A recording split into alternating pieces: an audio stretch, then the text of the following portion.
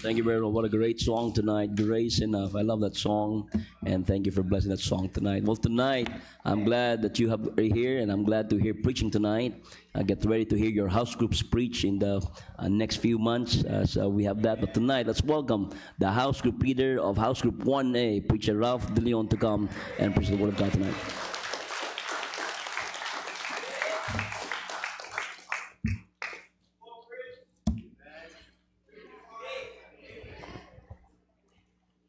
Parang kinakabahan po kayo. Parang naramdaman ko po dito yung nginig. But praise God, salamat po Pastor Agel for giving this opportunity. Ako po yung napag-utusan lang. Sumusunod lang po ako. But I do believe my responsibility and I do stand po. I do believe na I'm here just to preach the whole counsel of God, whether in season or out of season, meaning whether I receive amen or baka may makikita ko sa inyo inaantok, I will just preach, teach the whole counsel of God, the Bible. Amen. And salamat po, mas lalo akong kinabahan kasi nandito pala si Pastor.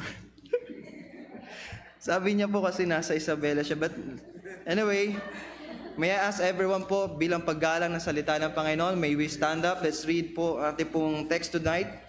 Tonight we're going to teach and preach in the book of Matthew chapter 11 verses, let's start from verse 25. And please just follow me with your eyes until verse 30.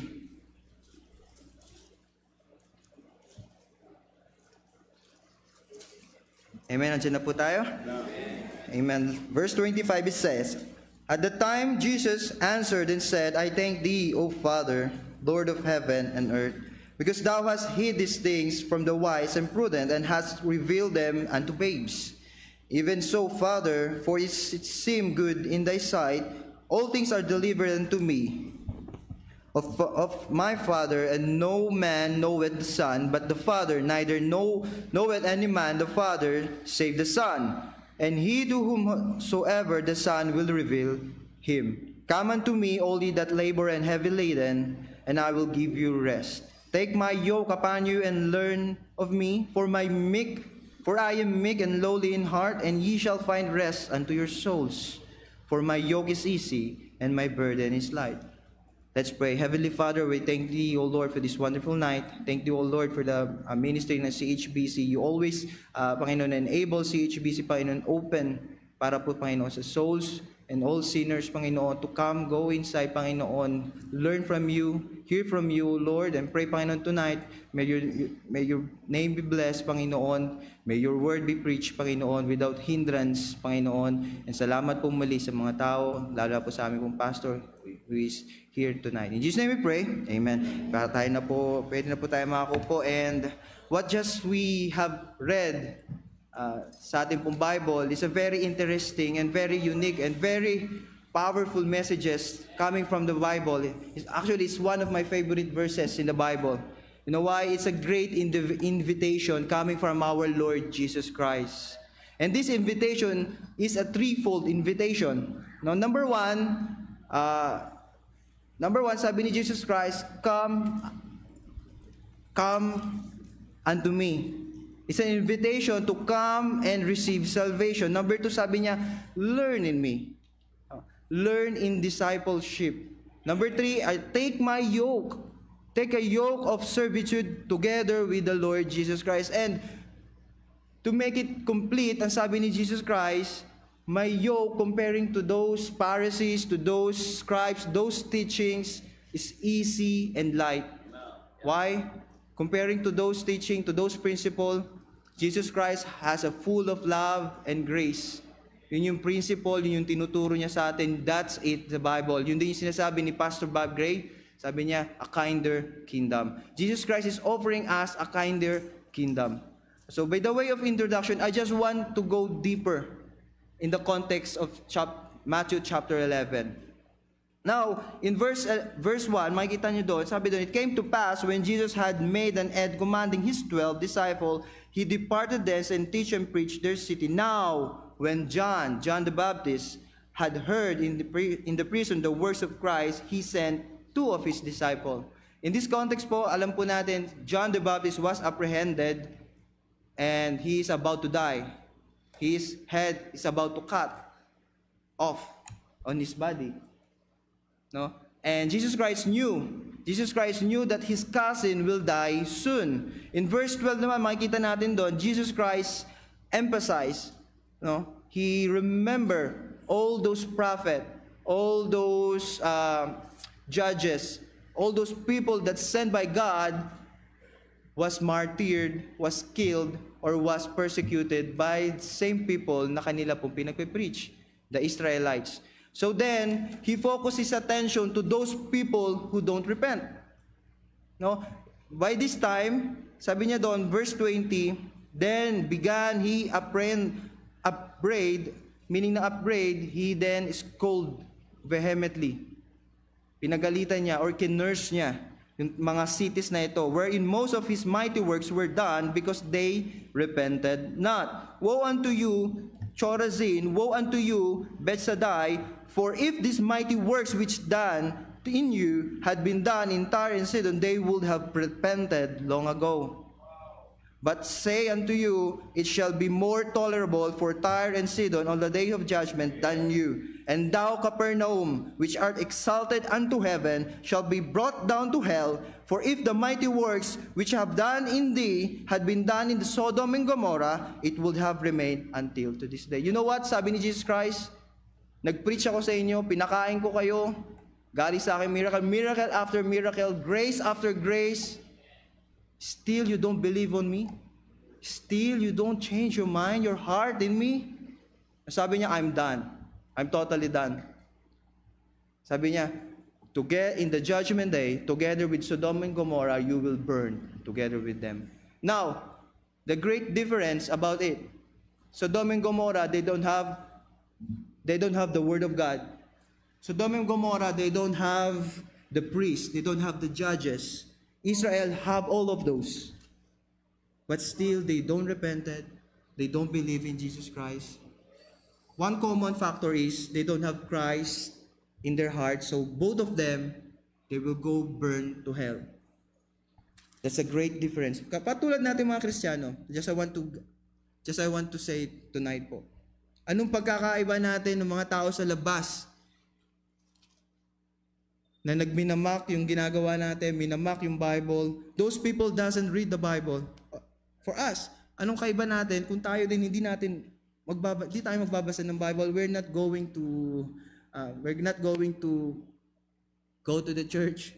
Nothing, kapatid. Ang tanging pagkakaiba natin sa kanila, sinasabi ni Pastor, is Jesus Christ is in our heart. So, now, let's go through deeper sa ating pong chapter na ito, sa context ng chapter na ito. Jesus Christ just scolded them, cursed them beyond any reproach. Ni-reveal ni Jesus Christ. Now, pagdating dito sa ating verses, we have to consider yung heart ni Jesus Christ at this time. Imagine those burden na natatanggap ni Jesus Christ. Those trouble had been shouldered along this way. Mamatay kanyang cousin, hindi siya pinaniwalaan ng mga taong pinagpreachan niya, binigyan niya lahat ng preaching, ng miracles, everything. And now, sabi niya doon sa ating text, sabi niya doon, come, actually nagpray muna siya eh. Verse 25, he still prayed to God. He prayed to Father God. Sabi niya doon, Father, Lord of heaven and earth, because thou hast hid these things from the wise and prudent and hast revealed unto these babes. Sabi niya, even so, Father, is good in thy sight. And then tumingin siya sa mga taong kasama niya. Just like this time. Sabi sa mga tao niya, come unto me, all ye that labor and are heavy laden, I will give you rest. Despite of all troubles na pinalaki naman tayo sa TV, di ba? Try nyo nating imagine. Jesus Christ is here in your front. Despite of all troubles na na-receive ni Jesus Christ on those time, He still promised you, just come with me, I will give you rest. I promise a rest for your soul. And that's it. How amazing our Lord. Diba? How amazing how much He controlled those things na nare-receive niya. And that's why I love this story. Sabi niya doon, take a yoke upon you. Verse 11, sabi niya, take my yoke upon you and learn of me. Those yoke, alam ko po, many preacher already preached to you. Teach this to you po. Alam ko po, alam niyo na po, you should know already the yoke. Yung yoke po is a wooden, anyway po, sasabihin ko na rin. Yung yoke po is a wooden plank, I may say. Yung yoke na ito po ay yung po yung nagko-connect to dalawang carabao or dalawang ox. Tapos, i-connect tong dalawang ox na to for the purpose of these two ox will have a greater burden or greater duty na kanilang gagawin. Kaya kailangan ng dalawang ox. So, sabi ni Jesus Christ, connect with me. Take my yoke upon you. Come. Connect with me. And I will lift the heavier burden for you. If you share your burden with me, the promise is the Lord Jesus Christ, He will carry those burden together with you. Now, comparing with you and comparing with me and Jesus Christ, comparing yourself to our Lord Jesus Christ, who do you think is much more stronger? Who do you think is much more can lift heavier burden? Is it you or Jesus Christ? Now, we know the answer, right? Our Lord Jesus Christ. Ang sabi niya, share your burden with me. And I promise you, sabi niya, whatsoever burden you will come through in your life, along the way, whatsoever problem you will encounter, I will carry together with you. And it's very good thing, kapatid. Kasi hindi niya pinramis na, I will disappear all your burdens. Hindi niya pinramis na, sumama ka sa CHBC, wala ka ng problema na harapin. No, hindi niya pinramis yun eh. You know what? It's amazing. The Lord's promise, I will carry a burden for you. Hey, the Bible said everything consists because of the Lord Jesus Christ. Every planet, it will not collide as long as Lord Jesus Christ exists. And sabi niya, I will carry a burden for you. Just come on. Connect with me. Take my yoke upon you. It's such a great blessing. It's such a great promise na makaya nating i-receive. No? And He promised together with you that yoke, He will carry it. And now I'm ready to preach for our first message. And by the way, this preaching is titled about Christ's invitation to come. Christ's invitation to come. So, first point is a simplicity of His invitation. Sabi niya, come, kapatid. Come, halika dito. In Tagalog, halika dito. Sabi sa Chinese, Laila. No. Kahit noon, hindi ako marunong mag-Chinese. Pag sinabi sa akin ng katrabaho ko, Laila. Talagang pupunta ako eh. Now, it's very easy to understand come. Actually, one of the first words that children do learn to understand is the word come. Diba? Yana, come. Wag na po, mahirap eh. But I think she understands and she's preparing herself to come. Kasi sabi ng daddy niya dito eh. But anyway, it's embedded in our soul. It's embedded in our mind. It's embedded in our action. When someone said to you, come, it's very easy to understand. And Jesus Christ started His invitation with the word, come unto me.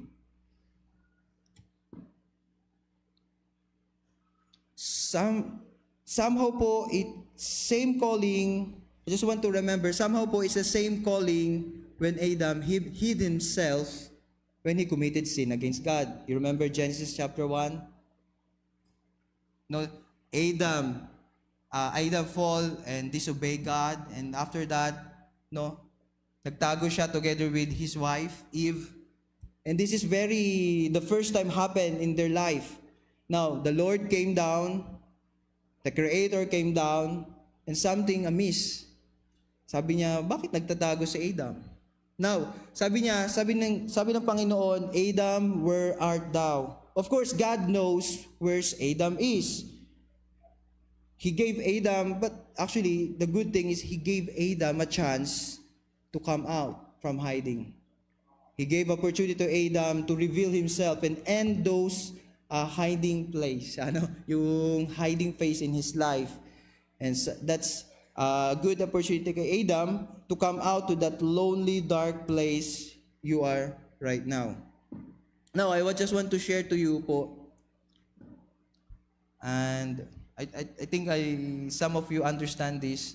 When I was alone in Macau, abroad, I'm working there. So of course, if you are working in the big company, malit ka lang naman, lalo ka na Pilipino ka, you are working abroad sa foreign country, usually talagang nandoon yung burden. Nandoon yung burden sa trabaho, nandoon din yung burden sa mga katrabaho mo, nandoon yung burden sa boss mo.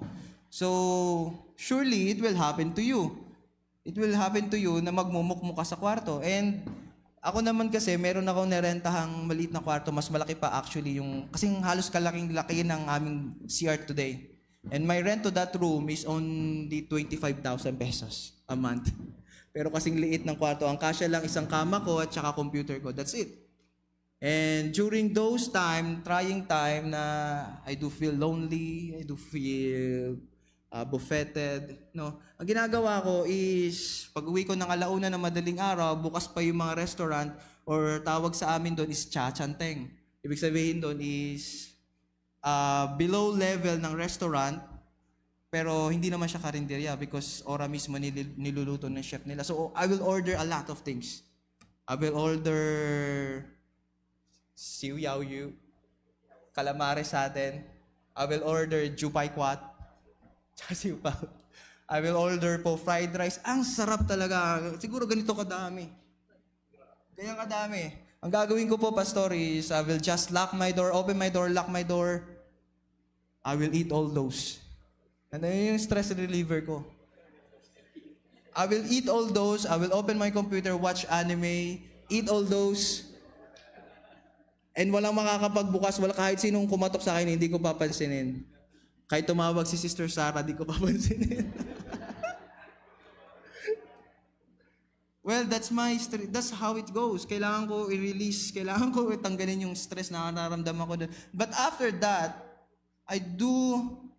meron akong binil din sa akin ng Panginoon. I will go to a devotion. I will not pray immediately. I will read some verses. Ito din sinasabi ko during our prayer time in the house group. I will read a few verses, a short devotion maybe, if I can. Because I want to switch on yung spirito ba? Yung spiritual switch mo ba? No?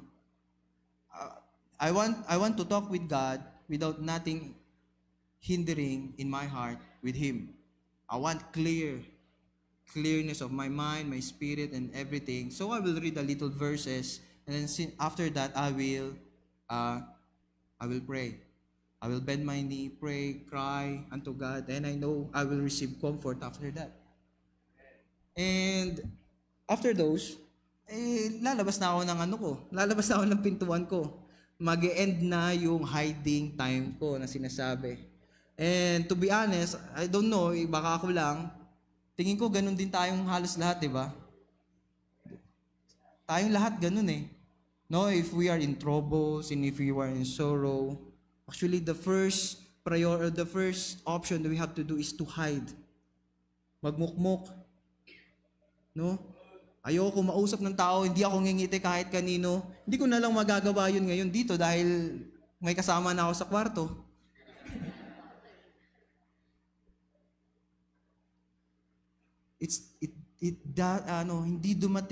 Hindi naging first choice natin na mag-pray. Hindi naging first choice natin na come unto Jesus Christ. That's why until today, this word of Jesus Christ is still resonating. Meron pa rin siyang resonance in our life. It's still true. It's still powerful. His invitation is still here. Come unto me, all ye that labor and heavy laden, I will give you rest. So ending those burdens into yourself, Jesus is inviting you to come and join His yoke, and you will find the rest of your soul. Kapatid, those burdens, He will help you to carry it. And to be sure, I just want to give you testimony. Whatever people throw upon you, the devil may be join hand with a wicked person. No, this world will surely rain troubles for you, and whatever it is, it will goes into the cart together with Jesus Christ. No, you will not carry it alone. That's the promise, kapatid. And number B, letter 2, number B, letter 2. Grabe, hindi talaga ako kinakabahan, brad, ah. So next point is, an invitation is to everyone. This invitation that we have just read is for everyone. To members, to house leaders, to choir, even to our pastor. Whether you are outside of this church, you will surely have problem along the way. Paglabas mo pa lang dyan sa pintuan na yan, meron ng problema na naghihintay sa iyo, kapatid. And surely you need to labor, kapatid. So the good thing is, whether you go, kahit hindi ka magsimba, hindi ka magbasa ng Bible, meron kang problema na haharapin sa iyong buhay. The good thing is, pag nandito ka sa loob ng simbahan, there will be someone who is going through in life like yourself, kaya lang they choose to smile. They choose to encourage you. They choose to preach the Word of God. They choose to go attend their growth point classes, prepare lessons para para palakasin tayong lahat, kapatid. That's the wonder, and that's the mahilig tayo sa ganun, advantages ng nasa loob ng bahay ng Panginoon. So, in time we spent, so whether I'm sure that we are going through a lot of problems on that. Kaya lang sabi ng Bible, 1 Peter 5:7, sabi niya, casting all your care upon Him, for He carried for you. And, teka lang po hindi ko na mabasa eh. So, most of the time we spend time to talk about the load, about the burden. No? Pero we care about those load. So, sa mga active pa nga yung mga matatalino, di ba? Sabi, tara, brainstorming tayo how to tackle this problem. But I tell you tonight, kapatid, bend your knees, pray to your Father, cast your worries upon Him. And I have the opportunity to talk to our pastor before this. And nandito na po kasi pastor so di ko na sasabihin ko na din po, pastor. So, sabi po ni pastor sa akin, Brother Ralph, well, we just talk about a little bit about ministry, about what's happening in the churches. Sabi ni pastor, yes, na great, it broadens yung influence, maybe the facilities become tremendously improved, and the people have been improved as well, people been encouraged, people been growing. Kaya lang, sabi ni Pastor Ajiel sa akin, and something to learn about it is, the burden is still the same. Kahit anong, yes, maybe much stronger na si Pastor, mas malakas na siya this time, pero yung burden, nag-upgrade din. Diba? So, ito din yung nasa isipan ko. Pagka binigay na sa iyo yung greater burden, a greater problem, it means maybe you're a greater person than before. Something to think about it, something to put in your heart. So actually, those burdens give us courage. It gives colors in our life. Diba? Because after those burdens, after mo mag-gone through, after mo pass by those burdens together with our Lord Jesus Christ, you will have a testimony to tell. A good story to tell. No? A chance to experience goodness and greatness of our Lord Jesus Christ. Now actually, when trouble came to me, and lagi ko kanina pa sinasabi, lahat tayo will go through to that problem. Maybe those young people here, ang burden pa lang nila ngayon is, magkano kaya baon ko bukas? Ang burden nila is to finish their study, to learn from those studies, di ba? Maybe they have a lesser burden, kaya lang, the truth is, everyone will have burden by themselves, di ba? And for me, pagka yung medyo mahirap na para sa sarili ko, parang ngayon ko lang naranasan to You know what my prayer? Lord, I'm excited how you're going to show to me your greatness, how you're going to save me, because it's a good testimony. Yes, hindi ako nagmamagaling sa inyo. Full of worries. Alam niya na family ko, full of worries din ako.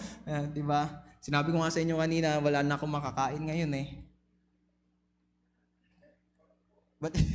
But yet, I mean, hindi ko na makakain yung makakain ko sa Macau. That's what I mean.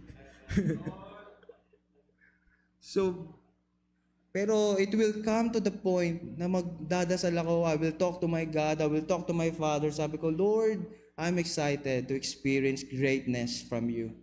I'm excited how you're going to show to me how you're going to save me on this problem. And it's true to every one of us, kapatid. Come out on those circumstances in your life and be ready to have heavier load. Porket tapos mo na to, itong isang circumstansya sa buhay mo, be ready, kapatid. Meron pang another load na darating. But the promise is great, kapatid. You will carry those burden, those load together with our Lord Jesus Christ. And lastly now, number 3, the promise of invitation, rest into your soul. Now, just want to talk to you about this word rest of yours into your soul. Now, this is not a physical rest, of course, because it's a rest of your soul. Not financial rest, far, far greater than all prerequisite meaning of rest in our mind, kapatid. Hindi ito yung magbubook ka sa staycation.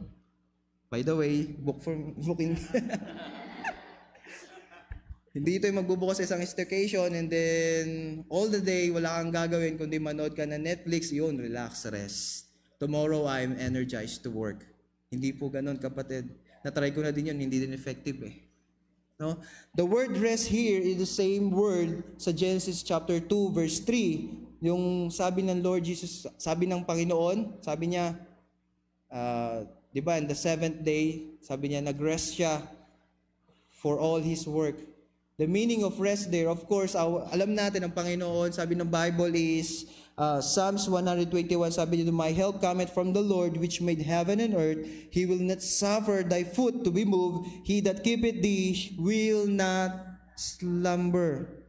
He will not take a nap. Behold, he that keepeth Israel shall neither sleep nor slumber.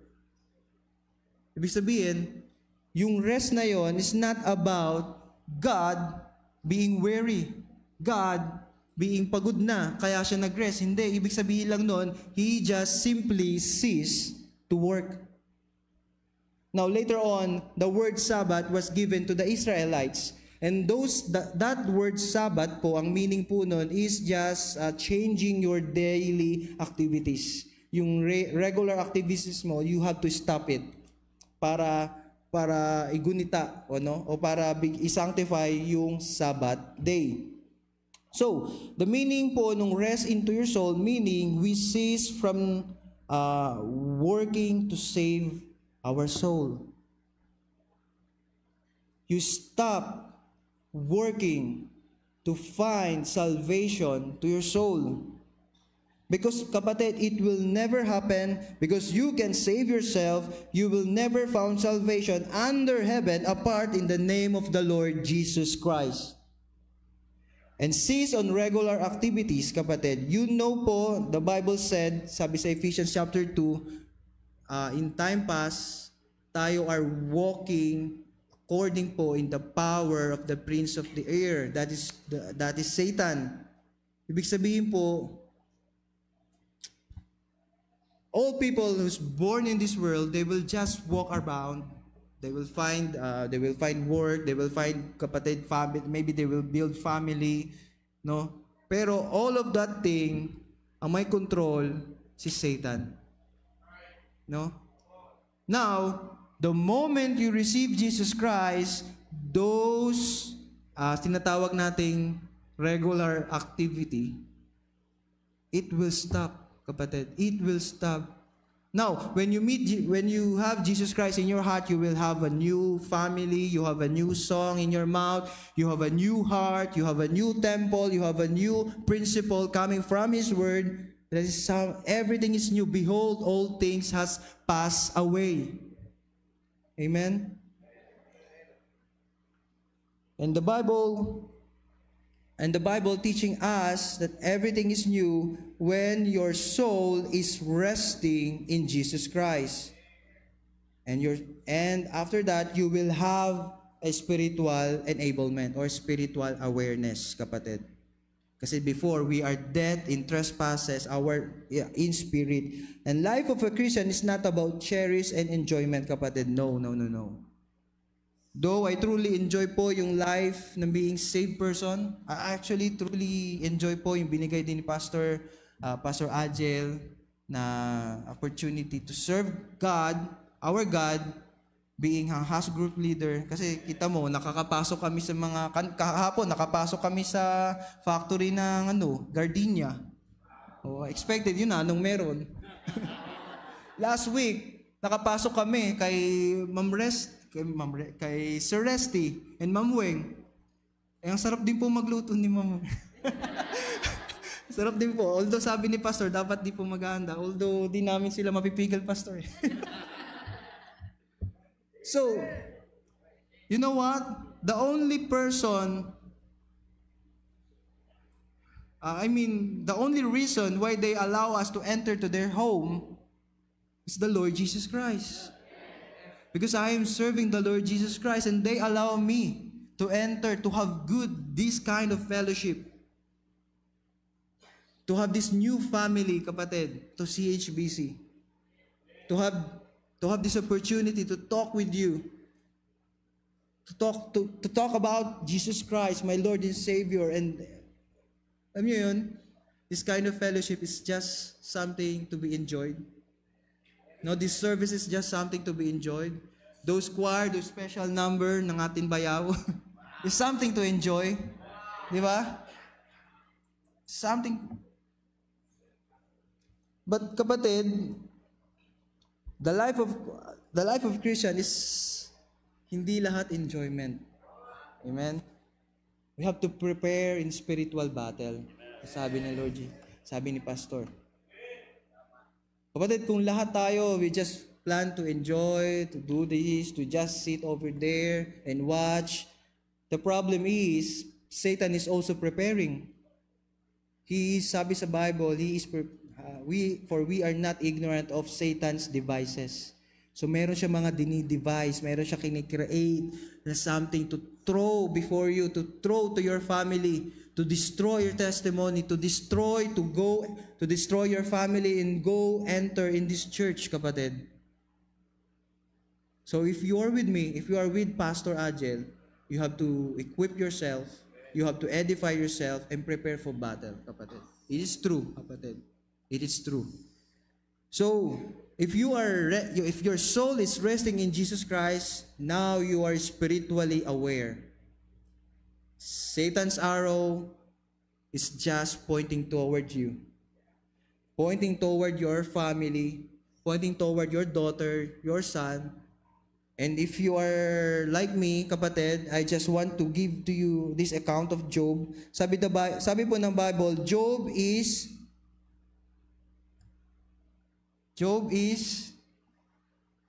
kalimutan ko, brad. Sabi ng Bible, Job is man's after God's own heart. David yun, buti gising pa. Sabi ng Bible, Job is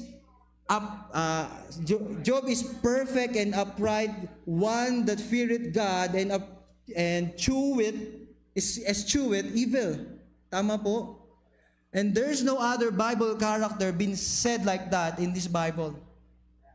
Job is perfect, upright, one that feareth God, one that escheweth evil. And you know what? I found in the verse po, I found in Job chapter 3, kung bakit siya ganun tinawag ng Bible. Sabi sa Job chapter 3 verse 26, sabi ni Job, I was not in safety, neither had I rest, neither was I quiet, yet trouble came. Sabi ni Job, kapatid, we know the story. Yung mga anak niya, nag-staycation sa bahay ng kapatid niya. Nag-party-party sila doon. Kainan. No? Pero si Job, anong ginawa niya? He go, pray to God, give sacrifices. Sabi ni Job, baka itong mga anak ko to nagkakasala na hindi ko alam. So I will therefore pray to God. I will give sacrifices. I will offer something for them. Not for me. Alam ko sarili ko sabi ni Job. No? And you know what? We need this day, yung mga tatay, nanay na katulad ni Job. We need this day, yung mga tatay, mga nanay na determinado na alagaan yung testimony ng kanilang mga anak. Na they will endlessly labor, commit themselves na to make sure na there will be a next generation who will know how to praise, who teach, worship our Lord Jesus Christ in spirit and truth. We need Job-like spirit, kapatid. We need people, we need man who will stand up the ground, who will make sure that their family, until to this family and his family, next generation, meron pa ring mag-aabang sa ating Panginoon if the Lord's tarry. Amen? That this pulpit will never have, hindi ito mababakante, that meron pa rin isang preacher na tatayo dito na katulad ni Jello. No, baka next time maging preacher to Amen? And that's our job, kapatid. Like, ganun yung ginagawa ni Job. And so, he never rests, kapatid. Si Job, he never rests. He knew that there will be spiritual battle along. He knew he belonged to the kingdom of God and he is expected to be matured. He need therefore to read the Bible, continually in prayer for his children, continuing in church services. Amen? And we will never cease because all we need is the rest that we have in Jesus Christ. Everyone standing. I just want to pray for you. Short prayer po before we end this. Head bow, eye closed. Father in heaven, thank you, O Lord, for this wonderful night you've given to us. Your word, Panginoon, been freely preached, been freely teach, Panginoon, sa pulpitong ito.